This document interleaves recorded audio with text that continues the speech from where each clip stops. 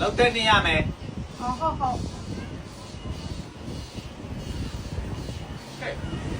အဲ့ဒါဘာလို့လဲ စိတ်ပြင်းနေလဲဝတ်နေလဲ လောင်းလိုက်ရလား ညောင်းလိုက်အောင်လေရှိမှမရှိတော့လိုက်ရောစောပလဲမူစောပလဲမူ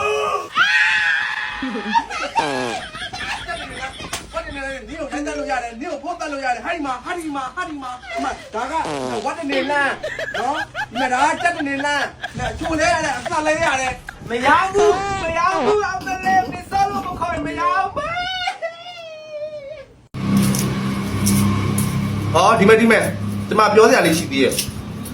ရှင်တို့ရဲ့သားသမီးရတော့အိမ်လုံငန်းလေးတစ်ခုခိုင်းရင်ဘယ်လိုနေမှမသိဘူးအိမ်ကကျမရဲ့တူးသီးတော့သမီးလေးရတော့အိမ်လုံငန်းလေးမဲ့တစ်ခုခိုင်းမယ်ဆိုစောက်ခက်ကတမျိုးအပြင်ထွက်ပြီးတစ်ခုလေးလောက်ရမယ်တစ်ခုလေးဝယ်ရမယ်ဆိုစောက်ခက်ကတမျိုးကျမခိုင်းကြမယ်ကြည့်မီစောရေဟဲ့မီစော ရှားမေပါတော့ကြည့်ထူးလာတော့ကြည့်ရောလာတော့သမီးကမေခိုင်းကြရှိလို့ဟာမတော့မသိဘူးကြမနေ့ကတော့မေတို့တော့ပါအောင်ဒီချက်ချက်တော့ဒါလေးဝိုင်းနဲတော့ကျွန်မအသမီးကမေတော့တက်တယ်လို့အော်နေမနေ့ကမေစီသွားတော့မေးလာကြတာခါလေးတော့သေးဘူးရောမနေ့မုံတီတုံးနဲ့ထွက်စားအောင်လေငံပြားရင်မေးလာတာဟေးမနေ့ကဘူးကမနေ့တော့ဆိုင်မှာနော်1800တဲ့ဒီပဲဝယ်ပဲနော်ဟုတ်ပြီရောလမ်းတိစားကြည့်ဘူးဟုတ်နေရပေါ်တကင်းမို့စားကမလားမသားနေရပေါ်တကင်းမို့စားကမလားမသား စားခဲ့တော်ရလေဗာလေးခိုင်ပြီးစားဖြတ်စားလေးနဲ့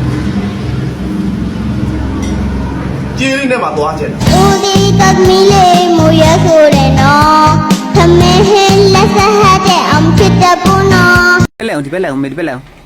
မေရလာပါနေတဲ့ ငါရသိနေတူလား ဟုတ်တယ်